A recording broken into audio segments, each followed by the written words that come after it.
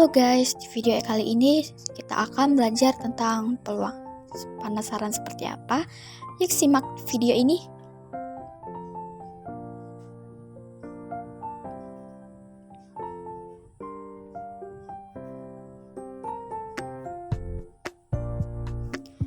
Nah, materi kita tentang peluang kita ambil 3 sub.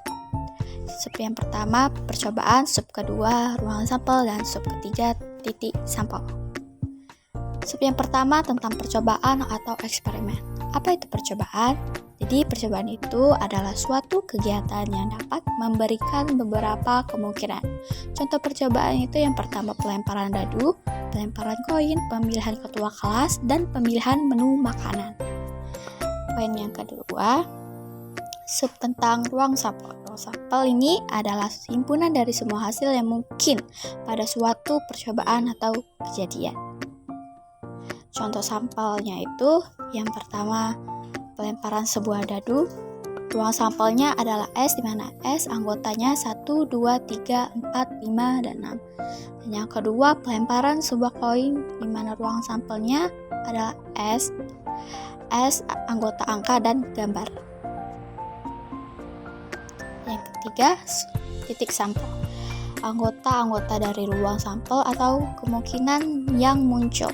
Contoh percobaannya, jika kita melakukan percobaan melempar satu buah dadu, maka titik sampelnya adalah 1, 2, 3, 4, 5, dan 6. Dan yang kedua, jika kita melakukan melempar satu buah uang koin, maka titik sampelnya A dan G, di mana A adalah angka dan G adalah gambar. Kita lanjut ke kejadian. Kejadian ini adalah bagian dari ruang sampel S. Kejadian A dapat terjadi jika memuat titik sampel pada ruang sampel S dan N. A menyatakan banyak titik sampel kejadian A dan simbol NS menyatakan banyak titik sampel S.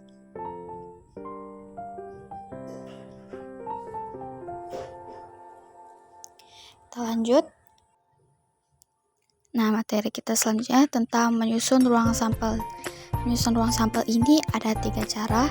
Cara yang pertama ialah cara pendatar, di mana jika kita melemparkan 2 buah koin sekaligus, maka akan ada yang menjadi koin pertama dan koin kedua. Misalkan koin pertama muncul angka A dan koin kedua muncul gambar G, maka kejadian dari pelemparan tersebut adalah AG. Semua hasil yang mungkin terjadi dari percobaan tersebut adalah AG, GA, AA, dan GG.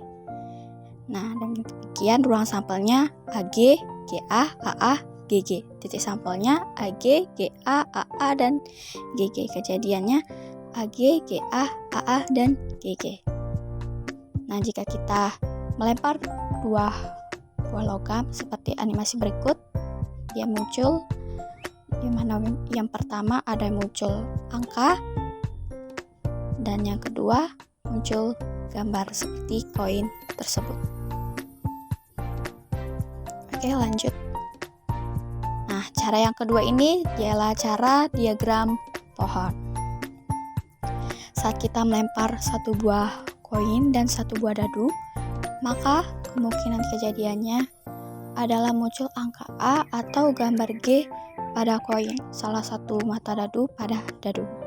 Misalkan uang koin dianggap bagian pertama, sementara dadu dianggap bagian kedua, maka kita gambarkan diagram seperti berikut ini. Nah, kita lihat ada 6, A, dan G. Nah, yang ketiga cara tabel.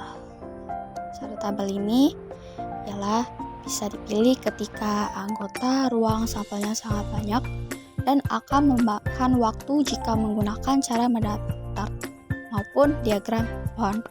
Cara tabel ini akan memakan waktu yang banyak dibandingkan yang dua tersebut. Contohnya, jika kita melempar 2 buah sekaligus, maka pada masing-masing dadu akan ada 6 kemungkinan kejadian yang muncul, yaitu 1, 2, 3, 4, 5, dan 6. Nah, kita dapat hasil tabelnya seperti ini. Nah, ini dadu yang pertama dan ini dadu yang kedua. Bisa kita lihat ada 6 di mana anggotanya banyak anggota dari sampel itu bisa lihat di tabel, banyaknya itu ada 36 ruang sampel. Nah, selanjutnya rumus formula frekuensi harapan, yang mana FH K sama dengan N kali peluang K. FH adalah frekuensi harapan. Nah, yang kedua itu ada rumus peluang teoritik, mana PA adalah peluang dan NA adalah banyaknya anggota A dan NS adalah banyaknya sampel. Nah, pengertian frekuensi harapan ini adalah banyaknya kejadian yang diharapkan dapat terjadi pada suatu percobaan. Sedangkan peluang teoritik ini adalah perbandingan antara frekuensi kejadian yang diharapkan terhadap frekuensi kejadian yang mungkin atau ruang sampel. Nah, biasanya peluang teoritik ini digunakan saat percobaan yang dilakukan hanya satu kali. Oke. Selesai sudah materi kita kali ini. Terima kasih sudah menonton. Semoga bermanfaat. See you next video. Bye bye.